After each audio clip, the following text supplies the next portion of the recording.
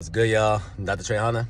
Now, summertime, and nowadays people want to learn how to lose fat. Of course. Why? Because everybody wants to show off their bodies or whatever, right? But also, they want to get it at the fastest pace possible.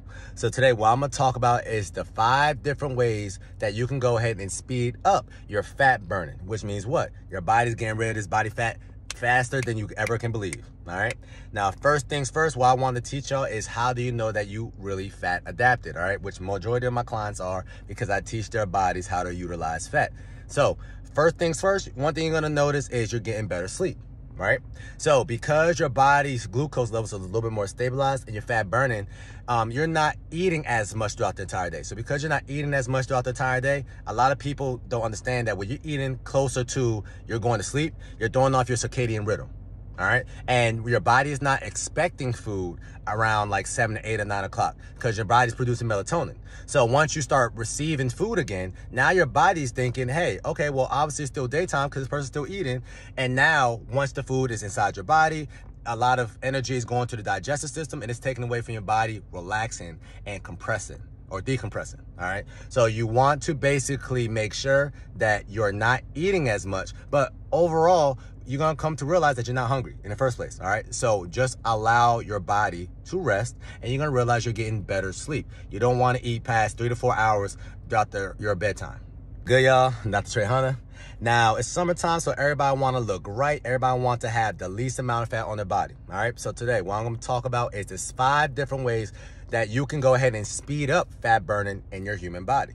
All right. Now, all my clients already have an idea of what this consists of. And the main reason why is because their bodies is burning fat predominantly throughout the entire day because I already taught them these tactics. OK, so hopefully you can start employing these things for yourself. All right. So first things first, what I would like to do is teach y'all exactly how do you know if you're in a fat burning mode. All right. So first things first, you're going to realize that you have less cravings. So if you have less cravings, that means your body's glucose levels are more stabilized.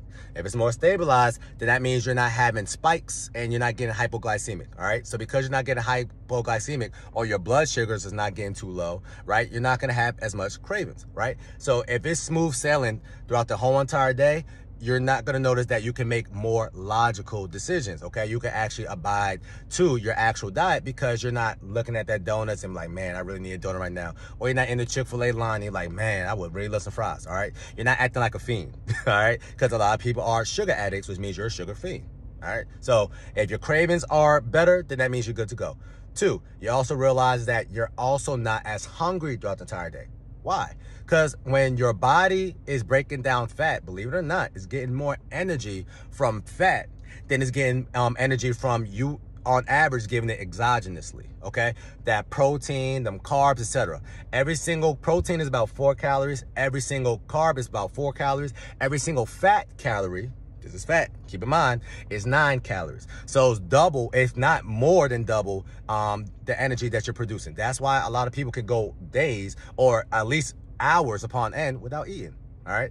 Tip number 3, you're probably realizing that you're getting better sleep. All right. So if you're getting better sleep, it's because your glucose levels are more stable, right? And you're not eating closer to bedtime, you're able to get better sleep.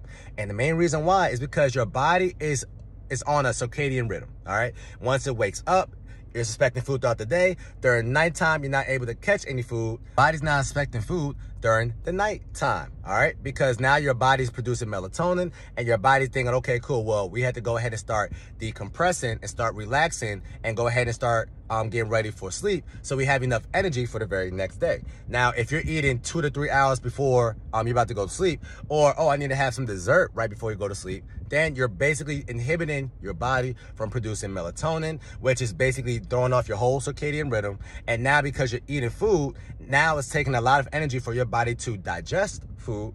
And now your body's not be able to rest. So you're getting better quality sleep.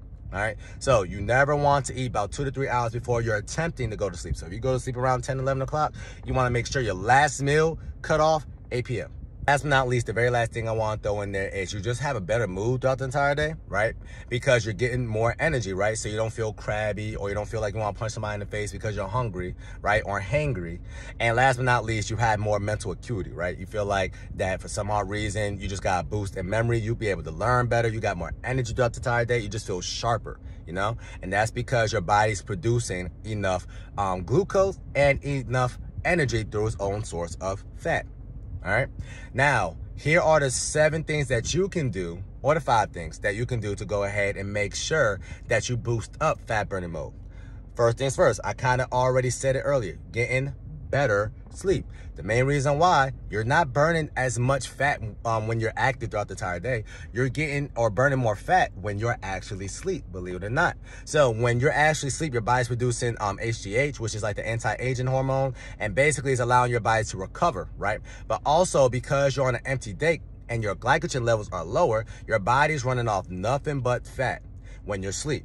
All right. So basically, when you're asleep, your body, all the metabolic and all the activities that you did throughout the entire day, your body wants to recover. Then after it's recovering, in order for it to recover, it got to utilize fat. But if you went to sleep and you had a whole pint of Haagen-Dazs ice cream, then your body's not using none of the fat. It's using that Haagen-Dazs that you basically gave it an hour or 2 ago. All right. So you never want to have a big meal after you go to sleep. Give you about 3 hours to have nothing in your system before you go to sleep. All right. Now, 2, having overall less carbs, okay? So a lot of people don't know that when you're having like that cheat day, that can throw off a lot of results, because 9 times out of 10, you're not just having a cheat meal, right? What a lot of people do is they say, oh man, I messed up early. Let's say you go to lunch with your girls, right? And you're like, oh man, I messed up. So you know what? I might as well start fresh on Monday. I might as well, black people, get it out of my system. Right? So now you're wilding out the entire day. Now you're getting the fries. Now you're getting the lobster mac and cheese. Now you're going to get the smoothies. Now you're going to Cold Stone. And you're not getting to like it. You're getting gotta have it. All right? So these are little things that hold people back, where you did good for 4 days. But if Friday, Saturday, Sunday, you're wilding out and you're talking to yourself saying, I'm going to start fresh on Monday, then you basically had a good week for no reason. You offset it. Okay? 4 or 3 bad days can offset 4 bad days. Right? But 6 good days will not, or 1 bad day is not going to offset 6 good days. 5 good days versus 2 good days, you're still going to see some progress, right? But not as much as if you just had 1 day where you live your life, okay? So if you're somebody who still has some cravings here and there, or you know what, you have like a Sunday fun day, or Friday night, you have family, you want to go ahead and eat with your family, by all means, eat with your family, right? Have that meals, right? But just cheat smarter. And if you want my clients, you already know what that even means, all right? Tip number 3, have that apple cider vinegar, all right? What apple cider vinegar does, it has acetic acid in it, okay? Which means it basically helps with acid reflux. So if you're somebody who has a lot of heartburn, indigestion, stuff like that, you could definitely add in some apple cider vinegar, and that's going to help it, right? Also, it's going to allow your body to break down whatever foods that you're giving it easier, okay? Because it helps your body to produce more hydrochloric acid, which is the main acid that's in your stomach.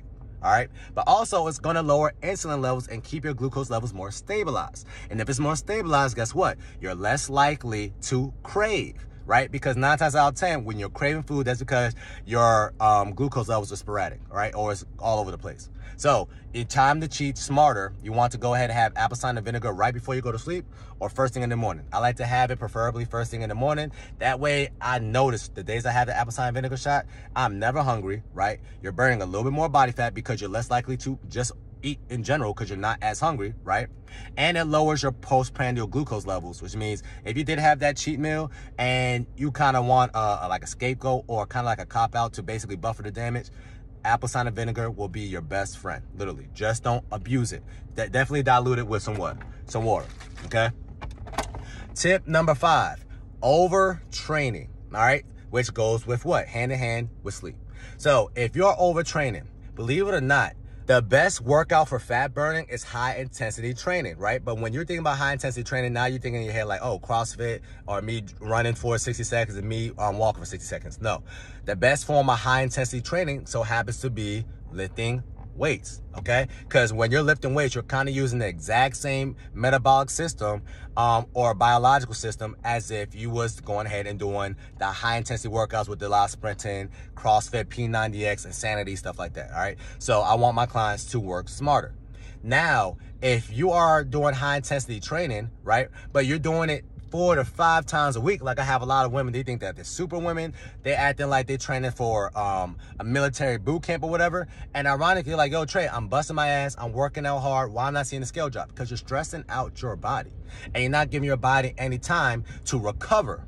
All right, so if your body is basically damaged, your body is going to naturally become inflamed, which means what? Your body naturally is going to hold on to more fluid or retain more water. So what I want you to do is make sure that you're giving your time or your body time to just ultimately recover. So I just came from the gym. I literally work out 4 days out the week when I'm lifting weights. The other 3 days is just cardio days. So maybe Wednesday, I might do cardio for an hour. Saturday, I might walk around the park, like I'm about to walk around the park right now after this video. And Sundays, I ain't doing nothing. Yesterday, I was in the bed 90% of the time. Literally, all right? So you just need to give your body more time to recover. But because I was in the bed 90% of the time yesterday, I feel amazing today. I'm ready to go, you know? So just train smarter, okay? You doing a lot more work does not mean you're going to burn a lot more fat. Believe it or not.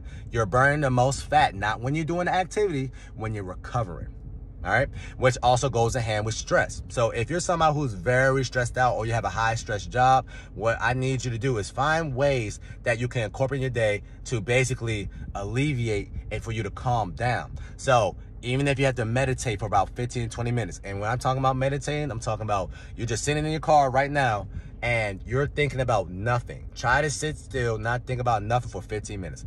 I will guarantee that's going to do wonders for you. All right. So when it comes to you losing fat, it's a lot more psychological than physical. A lot of people don't understand that. There's a method to it, right? Everything happens for a reason. So I want you to ultimately put yourself in a position where not only that you're just trying to attempt to lose fat, you're on a mission, but it needs to be fun. Okay, you don't want to feel like you're doing too much. It don't have to be too strenuous, because if it is too strenuous, it's not going to be something that you can basically do for X amount of time. And because you can't do it for X amount of time, this is a fad to you. It's not a lifestyle. And if it's not a lifestyle, you're going to be the person that looks amazing for 2 or 3 weeks. In July, after your trip, you're 30, 40 pounds up. All right. So I want you to ultimately work smarter. All right. And last but not least, have more nutrient-dense rich foods, which means what? This is not a carnivore program. I don't want you to eat just straight steaks and salmon and all that every single day with no vegetables. I want you to have leafy greens. And I be stressing that to my clients all the time. I want you to eat leafy greens. Just have the better version of it. You having broccoli, you having spinach, you having asparagus, you having Brussels sprouts. It's totally different from you having sweet potatoes, you having rice, you having French fries, you having bread. All right, so have some carbs, but have the carbs that's going to actually produce and give your body some vitamins and minerals, not take away from it. Because a lot of people don't know that grains and breads actually chelate minerals, which means what? It's not now bioavailable for your body because your body's literally flushing it out because of the grains. It's literally pulling the minerals out your body. It's literally, all right? So those are the top 5 tips that you can start employing today so you can go ahead and start losing fat faster. Believe it or not, you're working out a little bit less. So make sure you incorporate some recovery days. Make sure you're getting some better sleep. You're having less stress. You're having more nutrient-dense foods. And last but not least, you're getting better sleep. Because believe it or not, the hierarchy when you're trying to lose weight is nutrition, sleep, then working out.